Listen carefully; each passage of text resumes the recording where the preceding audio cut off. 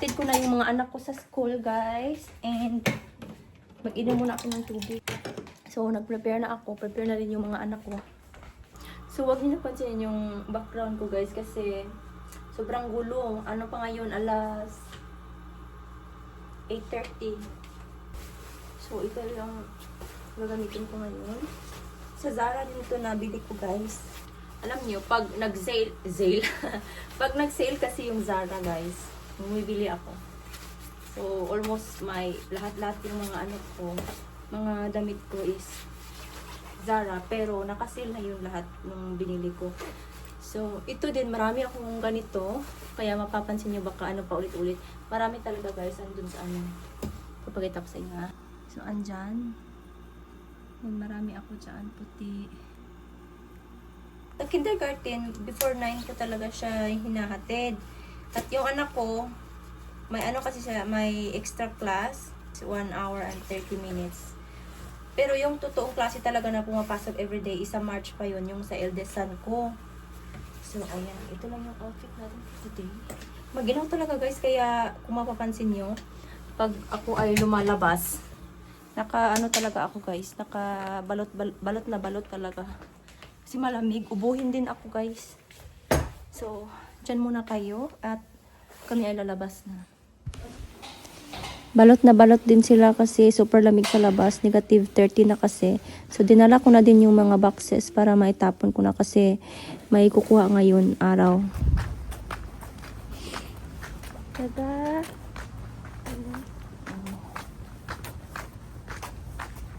Hinatid ko lang yung anak ko, guys, dito sa school nila. Tada! Pahan ko, bisa? Opso. Apa?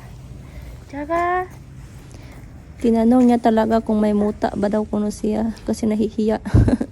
Nakakatawa ka naman, Hindi anak. ako makablog ng maayos kasi yung kamay ko masakit. Wala kang gloves. Tignan nyo. Namumula. So, maya ko na lang kayo i-update. So, nung pagkarating ko dito sa bahay, guys, agad-agad kong binuksan tong box na galing sa mother-in-law ko. Ang laman nito ay mandarin, as you can see naman. So, masarap yan, guys. Tapos, sobrang laki pa.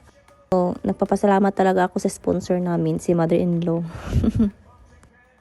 Tingnan nyo, guys, ha. Ito. Tingnan nyo naman. Ang sarap nito, guys.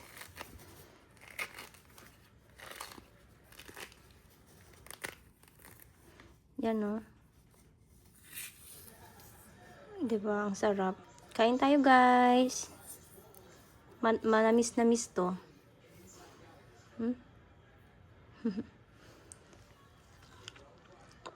Ngayon, andito kami sa park kasi masyado pang maaga ang pagpunta namin sa school.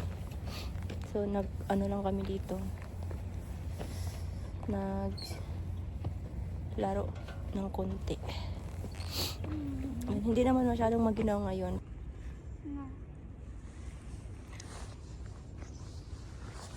Aba?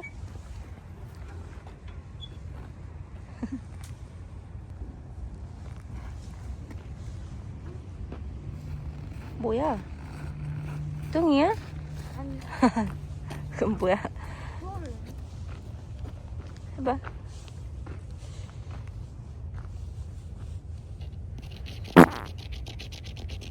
So, nag-shower na ako, guys.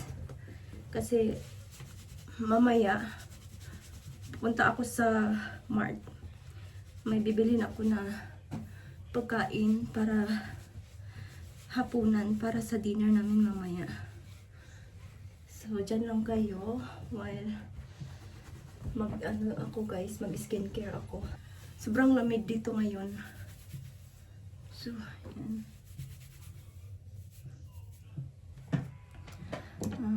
Gamit ako ng nung pa-change yung season dito sa Korea, guys, yung hair ko kasi na ano siya na nang lalagas. So makikita nyo kapag kapag dry yung hair ko, makikita nyo talaga na maraming ano dito, parang wala na siyang hair dito sa ano. So ito yung ginagamit ko para madali siyang tubuan, madali siyang madali mag-grow yung hair ba dito sa lalo na dito sa ano sa unahan.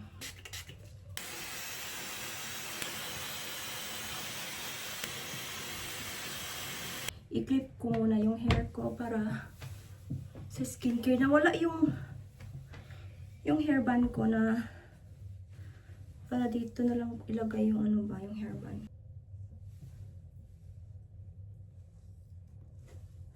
Ito lang para.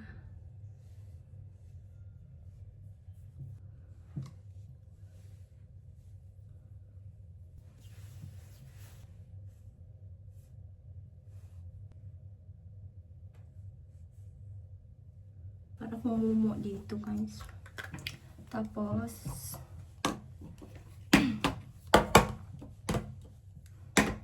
kung makikita nyo guys, yung ano ko, yung lips ko. Parang nag-ano siya, parang nag-crack. Kasi maginaw talaga dito sa Korea guys. So kapag pumunta kayo dito sa Korea, dapat bumili talaga kayo or meron kayong mga lip balm or mga Vaseline, mga ganun. Kasi pagdating nyo dito, yung lips nyo talaga magka-crack siya guys. So syempre guys, hindi natin pwede kalimutan ang Dove. Kasi amoy Invernal cherries. So ayan. So malapit na mag 10 minutes guys. I-massage ko lang siya pataas. Ito yung ano nga tawag dito. Basta para siya sa ano, skincare side na talagang makikita mo sa mga videos ko ang lalim ng eye wax ko guys. Kasi hindi ko alam, siguro sa genetic na namin malalim yung eye bags namin. Parang 10 minutes na sarado.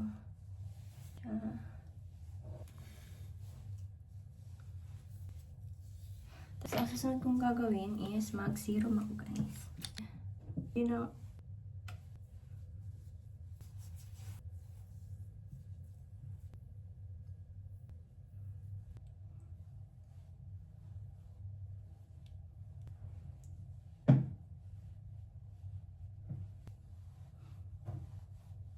last skincare. Tapos dito naman sa liig.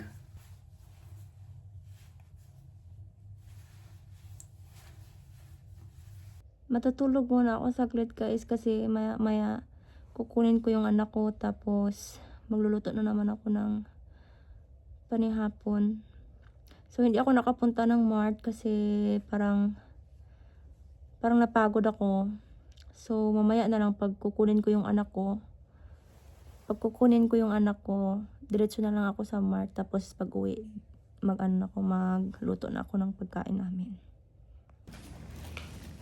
Kinuha ko na pala yung anak ko guys at pumunta na ako ng Mart at bumili ako ng kakainin namin mamayang gabi.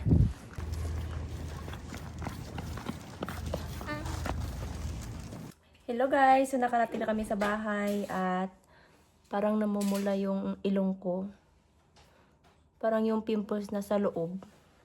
So nakabalik na ako galing sa Mart. Mga pinamili ko ay ito para sa salad. Then tofu. Tapos ayan, tomatoes. Tapos para sa sundubu, veggie kugi. Magsamgipsal ako tonight. Tapos milk.